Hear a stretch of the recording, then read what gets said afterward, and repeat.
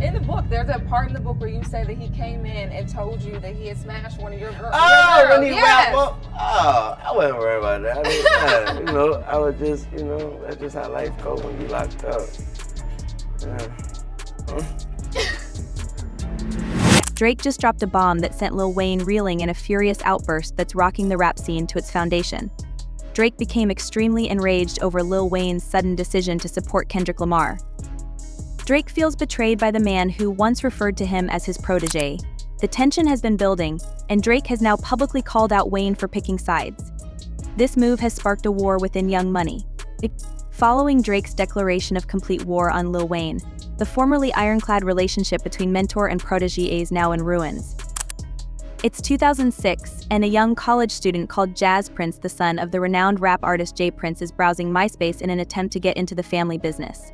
This hip-hop drama is far from over, and the fallout will be explosive. Jazz was meant to be studying, but instead he was engrossed in MySpace's Music Explore page, where he could see which artists were popular based on your zip code or something else. That's when he stumbled upon a profile that completely changed everything Drake's page. Its color scheme was beige and brown, but what really drew Jazz's attention was the music. Jazz knew Drake was onto something when he was simply a young Torontonian boy grooving out to Trey tracks on his track Replacement Girl. But it wasn't just anything, it was the one. Jazz Prince wasted no time in slamming into Drake's DMs and showed off his connections by saying, "Hey, I'm Jazz Prince, my dad's a big deal, and I think you've got what it takes." Drake wasn't too fazed, though, as he had heard it all before. But Jazz didn't just chat, he took Drake's music to his dad to appease him. However, Jay Prince wasn't into it. Instead, he was more into hardcore gangster rap, not just some Toronto kid with vocals. Even though Jazz was prepared to wager on Drake at this point since he knew he had a buzz, he didn't care. Lil Wayne, who was already a celebrity, was friends with Jazz. Jazz played several Drake songs for Wayne, who immediately disliked them and urged Jazz not to play that trash again. Despite Wayne's warnings not to listen to Jazz's music again, Jazz persisted in pushing Drake's music, telling him he would see its potential on New Year's Eve. The next day, while touring Houston, Jazz held a party for Wayne. Jazz was also Drake's replacement lady, and all of a sudden Wayne began nodding along, sensing a breakthrough. Drake's remix of Wayne's song was played by Jazz. At last, Millie and Wayne questioned, "Who's this?" Jazz grinned. "That's the dude you called trash." Wayne was captured by Drake and wanted to get him to Houston right away. Jazz contacted Drake when he was getting a haircut, and he was shocked to hear Wayne answering the phone and saying, "Hey, it's Wheezy." Drake was rattled. It was weird when Drake came and Jazz instructed him to pack his luggage because they were flying him to Houston. Drake was left wondering whether he had made a mistake since Wayne was not saying anything. Drake was unaware that Wayne had been surreptitiously bumping his songs until he arrived at the silence. Was Wayne playing it cool, maybe feeling a little competitive because Drake was that good? Wayne eventually broke the ice, inviting Drake and Jazz to roll with him to Atlanta. They hopped on Wayne's tour bus and hit the road for a 15-hour trip. When they finally got to the studio, history was made. Drake recorded the songs for the song that would become the hit song Stunt Hard. A few weeks later, those tracks leaked, and everyone began to notice this Toronto kid. Next, the So Far Gone mixtapes cemented Drake's position in the industry.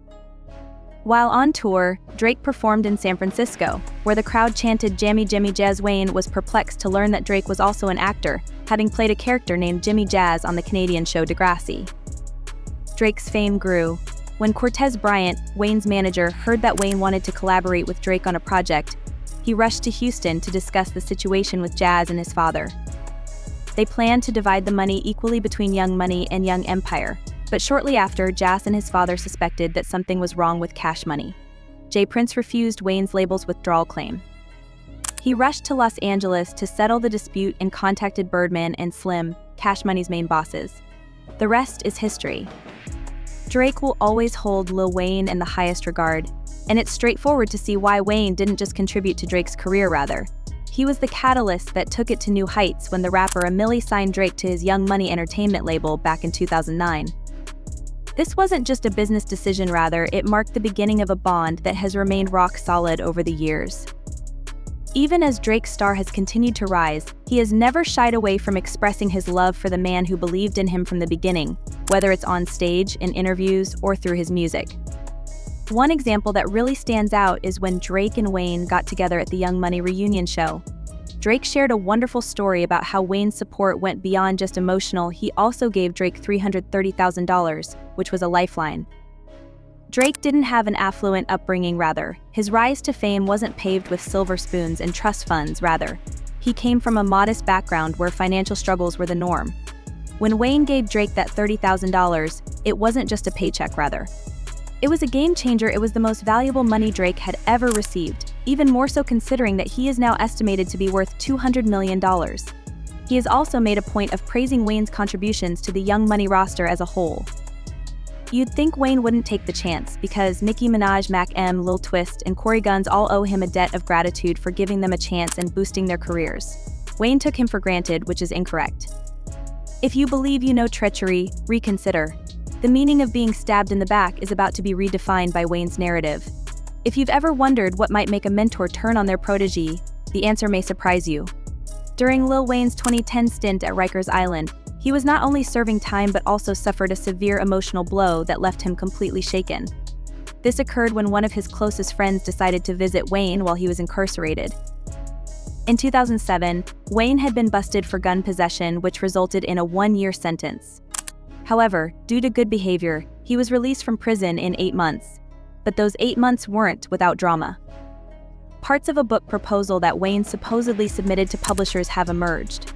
Drake's visit was more than just a quick photo opportunity of Wayne sitting in his cell. Expecting a friendly visit from Drake, instead Drake drops a truth bomb that no one sees coming. Yeah, it's true, don't F with her like that, cause I did. F her. Drake allegedly confessed, revealing that he'd slept with Wayne's girlfriend. And just like that, everything changed. Wayne didn't name the girlfriend in question, leaving. A significant portion of the tale remains unknown, but the purported confession completely shocked him. She wasn't just any girl. Wayne had deep affections for her, and learning of her treachery while he was imprisoned devastated him in a new way. Wayne, who is still in shock, talks on how the news broke him, and that being imprisoned made it much worse as he was unable to face anybody or do anything. As if the confession wasn't enough, Wayne's girlfriend seemed to confirm the entire thing during a conversation they had. She admitted it happened right before Drake showed up at prison. The news hit Wayne hard, leaving him so depressed that he spent days just holed up in his cell, not wanting to see or talk to anyone. This is the kind of hatred that a man never wants to find out when he's locked up. Or maybe so, because only God knows what I would have done if I wasn't locked up right now. Wayne says that learning that she is one of the worst things he could have ever learned. Drake was the absolute worst thing I could have ever found out as a man. Honestly, that hurt, and not because it was Drake. It could have been any man, it would have hurt the same. But here's the thing, this betrayal, it wasn't just personal. No, it sent shockwaves through the whole rap industry. Think about it, Wayne and Drake were like the dynamic duo of hip-hop. They were making hits, topping charts, and seemed unstoppable. This betrayal didn't just mess up their friendship, it threw a wrench in the whole Young Money machine. Despite all this, Wayne and Drake somehow managed to patch things up over the years they've collaborated on multiple tracks, including the 2013 hit Love Me and Nicki Minaj's Only in 2014, which also featured Chris Brown. It seems like they were able to move past the drama, but this story serves as a reminder that even in the world of hip-hop, friendships can be tested in the most unexpected ways. Even in 2016. When Lil Wayne sat down for an interview with Hip Hollywood, he didn't exactly deny what went down, but added his own twist to the story. I was just, that's just how life goes when you locked up. Yeah, I know. But she's done, you moved on. Life is good. Life is good. Will you rap about that? Do you think it'll end up on a song? Maybe you two might, No. No? She still be texting me and stuff, The situation surrounding Jake Paul goes far beyond a mere increase in weight. It signals a deeper, more troubling issue within his training regimen. Recent observations and insider reports have illuminated a concerning trend. Jake Paul seems to be struggling significantly with the intense demands of elite-level training. The extra pounds he's added are not just a cosmetic issue, but a serious red flag indicating that something is fundamentally amiss. This additional weight is more than a superficial concern. It reflects a significant decline in Jake's muscle tone and overall physical fitness, which are crucial for any top-tier athlete. Elite boxing demands exceptional physical conditioning and peak muscle performance, and Jake's current state suggests a troubling erosion of these vital elements. It raises serious questions about his commitment to the rigorous discipline required to excel in the sport. Sources close to Jake's camp have hinted at underlying issues that go beyond the visible changes in his physique. They suggest that Jake has been struggling to keep up with the grueling demands of his training schedule. This difficulty is indicative of a broader problem, a potential breakdown in his dedication and focus. In the high-stakes world of boxing, where every advantage counts and even the slightest lapse in training can affect performance, such a decline in commitment can be detrimental. The extra weight is emblematic of a more profound issue: Jake's apparent detachment from the discipline that is essential for success in the sport. Elite athletes maintain a stringent regimen to ensure their bodies are in peak condition, and any deviation from this can have serious consequences. This deviation is becoming increasingly evident in Jake's physical state. The contrast between his current condition and the peak physical form expected of elite fighters highlights a significant issue: Jake's disconnect from the necessary training and preparation. These issues have far-reaching consequences. A decline in fitness and muscle tone can severely impact Jake's performance in the ring. Boxing requires not only physical strength but also endurance, agility, and a finely tuned athleticism. Any decline in these areas can make it challenging for Jake to compete at the level required to maintain his reputation. The competitive nature of boxing means that any lapse in conditioning can be exploited by opponents, putting Jake at a significant disadvantage. Furthermore, the concerns about Jake's physical state are not limited to his current condition but extend to his future prospects in the sport. The changes in his approach to training and preparation raise critical questions about his ability to rebound from these setbacks. The extra pounds may be a visible sign of his struggles, but they also point to deeper, more troubling issues within his training regimen and overall commitment. For Jake Paul, this situation serves as a pivotal moment in his career. The challenges he faces with his training and physical condition could determine his future in sports. The visible decline in his fitness is a wake-up call, highlighting the urgent need for a reevaluation of his approach to training and preparation. Whether Jake can overcome these setbacks and return to peak condition will be a crucial factor in his ability to maintain his standing in the competitive world of boxing. The situation underscores the broader issue of how crucial commitment and discipline are for success in elite sports. Jake's current struggles serve as a stark reminder that maintaining peak physical condition requires unwavering dedication and a disciplined approach to training. For any athlete, especially one competing at the highest levels, the ability to stay focused and committed to rigorous training is essential for success. In summary, Jake Paul's recent weight gain and decline in physical condition are indicative of significant issues within his training regimen and overall dedication. The extra pounds are a visible sign of deeper problems that could impact his performance and future in boxing. The situation calls for a serious reassessment of Jake's approach to his training and preparation, highlighting the importance of commitment and discipline in achieving success in the highly competitive world of sports. Always been a bit complicated, they've traded subtle jabs over the years, but nothing like what we're seeing now. But imagine being Wayne, you're trying to move past this betrayal, maybe even patch things up with Drake, and then boom, Kendrick drops this track, forcing you to relive all that pain and anger.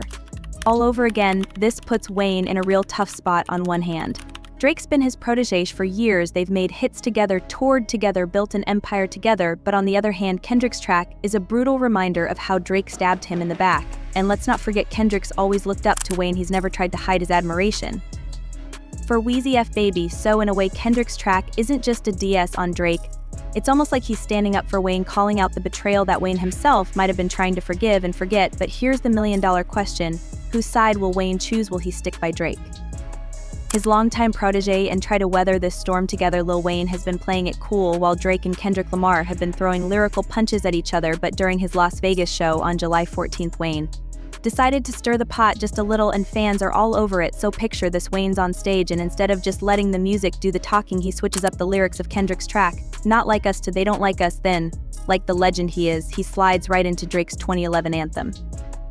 The motto, and the internet lost its mind. Now, here's where it gets juicy. Some fans were quick to think Wayne was throwing his support behind Drake, his young money golden boy, but others, they're convinced he was low-key giving a nod to Kendrick, especially since they collabed on Mona Lisa. The debate online was chaotic. One fan hyped up the possibility of a full-on showdown, tweeting, "Kendrick versus Lil Wayne is incoming, it's basically South versus West. Let's go." Another thought Wayne's moves meant Drake was about to get served. Lil Wayne dancing to "Not Like Us." Yeah, it's lights out for Drake, but then you've got the peacemakers claiming Wayne's just being Wayne, showing love to both sides. Lil Wayne was being supportive of both Kendrick and Drakey. All need to stop with the unnecessary hate. So Wayne's on stage, Kendrick's lyrics on his lips and Drake's OVO chain around his neck. Confused? So, is everyone else? This ain't just some random piece of bling. We're talking about the OVO chain is like Drake's stamp of approval, his crew's badge of honor. It's not something you wear lightly, especially not when you're performing a track that's trying to tear Drake down. So what's the big deal with this OVO chain? Well, OVO stands for October's very own Drake's label and brand. It's not just a music thing, it's Drake's whole empire. We're talking clothing, radio shows, even a basketball team. When someone's wearing that chain, it's like they're saying I'm Team Drake all the way, but Wayne, he's out here wearing it while performing a diss track against Drake. It's like showing up to a Yankees game in a Red Sox jersey. It just doesn't add up. Now you might be thinking maybe Wayne just likes the chain, but nah, in the rap game, everything got meaning, especially when it comes to loyalty. Wearing someone's chain is like a public declaration of allegiance, but Wayne's moves are more calculated than we thought. 1 minute he's rocking Drake's OVO chain, the next he's stirring the pot by rocking an EXO chain gifted by The Weeknd, leading fans to speculate if the Miss Me Dream Team is officially done. For Wheezy F Baby made a cameo in the High 3R music video with Mike Will Made It and Lil Yachty on August 6th, and fans were quick to peep the bling around his neck. This wasn't just any ice, it was the EXO chain. The Weeknd personally blessed him with. The Weeknd even flexed this on his Instagram story, sharing a snap of Wayne with the caption, "The GOAT" at Lil Tunic rocking the EXO playing the guitar. Naturally, fans had thoughts. One user popped off with "Loki feel like Wayne and Drake got beef." Another threw in some shade, saying why all thought he was on Drake's side. Lil Wayne only fueled these rumors even more when he dropped some serious heat on his latest track, Saturday Mornings, where he teams up with Chord Day. The song's got that vintage Wayne wordplay we all love, but some lines have fans wondering. In the latest lyrical twist from the world of hip-hop, Lil Wayne's recent track has sparked a whirlwind of speculation and analysis among fans and critics alike. The song features a line that draws many connections to past controversies and current rivalries in the rap industry. Lil Wayne's lyrics, "If the six God just caught a stray." First up, Wayne drops, "It fit me like a glove, OJ, hand are making waves," with fans quickly connecting the OJ Simpson glove reference to Drake's famous diss track cover art for 6 p.m. in New York. The glove reference is seen by some as a sly nod to the cover, hinting at a deeper rivalry between the two rap titans. The intrigue doesn't stop there. Wayne's verse continues with, "I MMA need a little love from your hating A's," which some interpret as a dig at Drake's fanbase or those who've been critical of him. The reference to needing less yes men and more amens, and more real prayers and less praying hands, seems to poke at Drake's iconic Six God logo, which prominently features praying hands.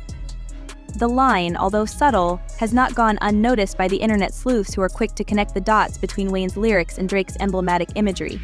However, it is the line referencing Drake's real surname, Graham, that has truly captured the public's attention. Lil Wayne delivers the line, "You standing on business, I'm a businessman. I'm a goat, and you're a sacrificial lamb. You a teddy bear, nay, a Teddy Graham." The clever wordplay, combining teddy bear with Teddy Graham, is seen as a pointed insult. Here, Wayne contrasts his self-proclaimed greatness with Drake's perceived vulnerability, casting him as a mere snack-sized figure in comparison to his own towering status. The Teddy Graham reference adds a layer of derision, reducing Drake's stature to something trivial and easily dismissed. As fans dive into the details, they are dissecting every line and phrase, trying to piece together the full picture of this lyrical battle. The mention of O.J. Simpson and Teddy Graham is not just a playful jab, but also a potent symbol that plays on public perceptions and past controversies. This track is a testament to the art of rap feuds, where every lyric is layered with meaning and each reference stokes the flames of rivalry. As the debate rages on, it's clear that Lil Wayne's bars have added another chapter to the ongoing saga of hip-hop drama. In the rap world is basically saying they're soft, and Drake's been battling that soft label for years. Another layer to this is that Wayne recently dropped a collaboration with Rick Ross. Now Ross has been pretty clear about his anti-Drake stance, so this move raised a few eyebrows. But hey, in the world of rap, it's not always that deep. Remember, Wayne's been in this game a long time. He knows how to play the politics of hip-hop better than most. By not taking a clear side, he's keeping his options open. He can still collab with Drake if he wants, but he's also leaving the door open for work with Kendrick. But now all eyes are on Drake. He's been real quiet since Wayne's shocking concert move. Drake's known for his calculated responses, so you can bet he's cooking up something big, maybe another diss track. Or he might go for a more subtle approach, like unfollowing Wayne on social media, whatever. It's going to make waves, but if Drake can't bounce back from this, we might be looking at the end of an era. However, don't count Drake out just yet. He's been in tough spots before and always managed to come out on top. There are even whispers about a possible reconciliation. Some people are saying Wayne's been trying to broker peace talks between Drake and Kendrick, but apparently these talks keep falling through. This whole mess shows just how messy the rap game can get. 1 minute your friends, the next your enemies. So what's next in this hip-hop soap opera? Will Wayne finally pick a side? Is Drake going to clap back, or is Kendrick going to come out on top? Keep your eyes peeled, cause this story is far from over.